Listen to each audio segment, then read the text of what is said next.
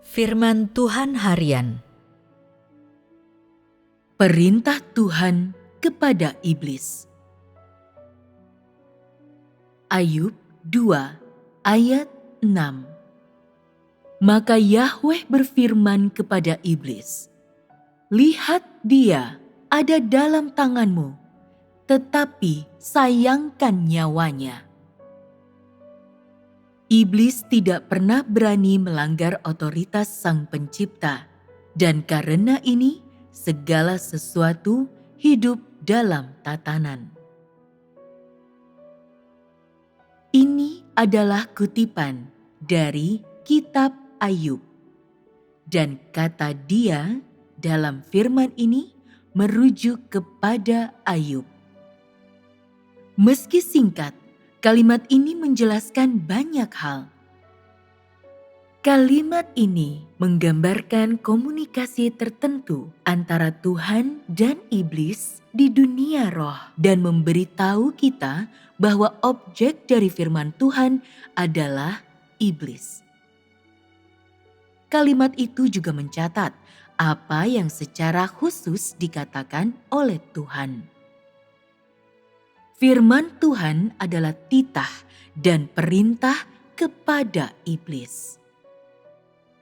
Detail spesifik dari tatanan ini berkaitan dengan menyelamatkan hidup Ayub dan ketika Tuhan menarik garis batas dalam perlakuan iblis terhadap Ayub. Iblis harus membiarkan Ayub hidup. Hal pertama yang kita pelajari dari kalimat ini adalah bahwa ini adalah firman yang diucapkan oleh Tuhan kepada iblis. Menurut naskah asli Kitab Ayub, firman itu memberitahu kita latar belakang firman tersebut. Iblis berkeinginan untuk menuduh Ayub, sehingga harus mendapatkan persetujuan Tuhan sebelum dapat mencobainya. Ketika menyetujui permintaan iblis untuk mencobai Ayub, Tuhan mengemukakan syarat berikut kepada iblis. Ayub ada dalam tanganmu, tetapi sayangkan nyawanya. Apa sifat dari firman ini? Ini jelas adalah sebuah titah, sebuah perintah. Setelah memahami sifat dari firman ini, engkau tentu juga harus memahami bahwa pribadi yang mengeluarkan perintah ini adalah Tuhan, dan bahwa orang yang menerima perintah ini dan menaatinya adalah iblis. Tak perlu dikatakan lagi, dalam perintah ini, hubungan antara Tuhan dan iblis dapat dilihat oleh siapa saja yang membaca firman ini. Tentu saja, hubungan ini juga berlaku antara Tuhan dan iblis di dunia roh, dan perbedaan antara identitas dan status Tuhan dan iblis yang disediakan dalam catatan komunikasi antara Tuhan dan iblis dalam kitab suci. Dan sampai saat ini adalah contoh spesifik dan catatan tekstual di mana manusia dapat belajar tentang perbedaan yang jelas antara identitas dan status Tuhan dan iblis. Pada titik ini, aku harus mengatakan bahwa catatan firman ini adalah dokumen penting dalam pengetahuan umat manusia tentang identitas dan status Tuhan, dan memberikan informasi yang penting bagi pengetahuan umat manusia tentang Tuhan. Melalui pembicaraan antara Sang Pencipta dan iblis dalam dunia roh, manusia mampu memahami satu aspek lebih spesifik dalam otoritas Sang Pencipta. Firman ini adalah kesaksian lain dari otoritas unik Sang Pencipta. Secara lahiriah, itu adalah percakapan antara Tuhan Tuhan Yahweh dan iblis.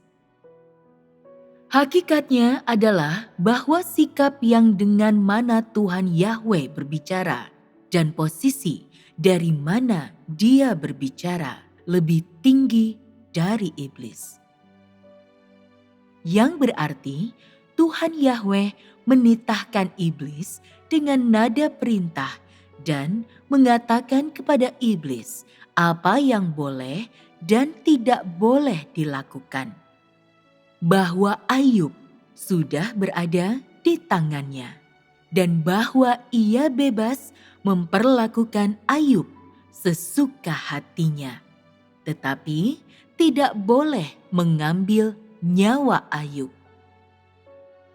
Makna tersiratnya adalah bahwa meski Ayub telah berada di tangan iblis, hidupnya tidak diserahkan kepada iblis. Tidak ada yang dapat mengambil nyawa Ayub dari tangan Tuhan, kecuali atas seizin Tuhan. Sikap Tuhan jelas dituturkan dalam titah ini kepada iblis. Dan perintah ini juga mewujudkan dan mengungkapkan posisi dari mana Tuhan Yahweh berbicara dengan iblis. Dalam hal ini, Tuhan Yahweh tidak hanya memegang status Tuhan yang menciptakan terang dan udara dan segala sesuatu dan makhluk hidup, Tuhan yang memegang kedaulatan atas segala sesuatu dan makhluk hidup, tetapi juga Tuhan yang menitahkan umat manusia dan menitahkan alam maut, Tuhan yang mengendalikan hidup dan matinya semua makhluk hidup. Dalam dunia roh, siapa selain Tuhan bisa berani mengeluarkan perintah seperti itu kepada iblis? Dan mengapa Tuhan secara pribadi mengeluarkan perintahnya kepada iblis? Karena kehidupan manusia, termasuk Ayub, dikendalikan oleh Tuhan. Tuhan tidak mengizinkan iblis untuk mencelakakan atau mengambil nyawa Ayub. Yang berarti bahwa tepat sebelum Tuhan mengizinkan iblis untuk mencobai Ayub, Tuhan masih ingat untuk mengeluarkan perintah khusus dan sekali lagi memerintahkan iblis untuk tidak mengambil nyawa Ayub. Iblis tidak pernah berani melanggar otoritas Tuhan dan lebih lagi selalu dengan hati-hati mendengarkan dan taat akan perintah dan titah khusus Tuhan. Tidak pernah berani menentangnya. Dan tentu saja tidak berani dengan bebas mengubah perintah Tuhan. Itu adalah batasan yang Tuhan telah tetapkan untuk iblis. Dan karena itu, iblis tidak pernah berani melewati batas ini. Bukankah ini kekuatan otoritas Tuhan? Bukankah ini kesaksian tentang otoritas Tuhan? Tentang cara berperilaku terhadap Tuhan dan bagaimana memandang Tuhan, iblis memiliki pemahaman jauh lebih jelas daripada umat manusia. Sehingga di dunia roh, iblis melihat status dan otoritas Tuhan dengan sangat jelas dan memiliki apresiasi terhadap kekuatan otoritas Tuhan dan prinsip di balik pengerahan otoritasnya. Iblis sama sekali tidak berani mengabaikan mereka, juga tidak berani melanggar dengan cara apapun atau melakukan apa saja yang melanggar otoritas Tuhan. Dan tidak berani menentang murka Tuhan dengan cara apapun. Meski memiliki sifat yang jahat dan congkak, iblis tidak pernah berani melintasi tapal batas dan batasan yang ditetapkan oleh Tuhan. Selama jutaan tahun, ia telah benar-benar mematuhi tapal batas ini. Telah mematuhi setiap titah dan perintah yang diberikan kepadanya oleh Tuhan. Dan tidak pernah berani melampaui batas.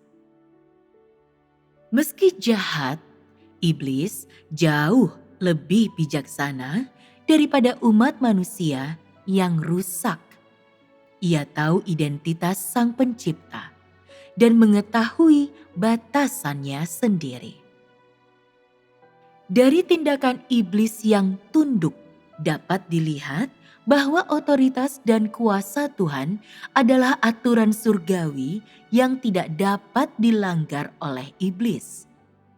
Dan bahwa justru karena keunikan dan otoritas Tuhanlah semua hal berubah dan menyebar dengan cara yang teratur. Bahwa umat manusia dapat hidup dan berkembang biak dalam jalur yang ditetapkan oleh Tuhan tanpa ada orang atau objek yang mampu mengacaukan tatanan ini.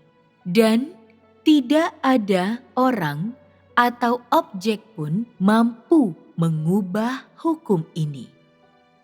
Karena semuanya berasal dari tangan Sang Pencipta dan dari tatanan dan otoritas Sang Pencipta.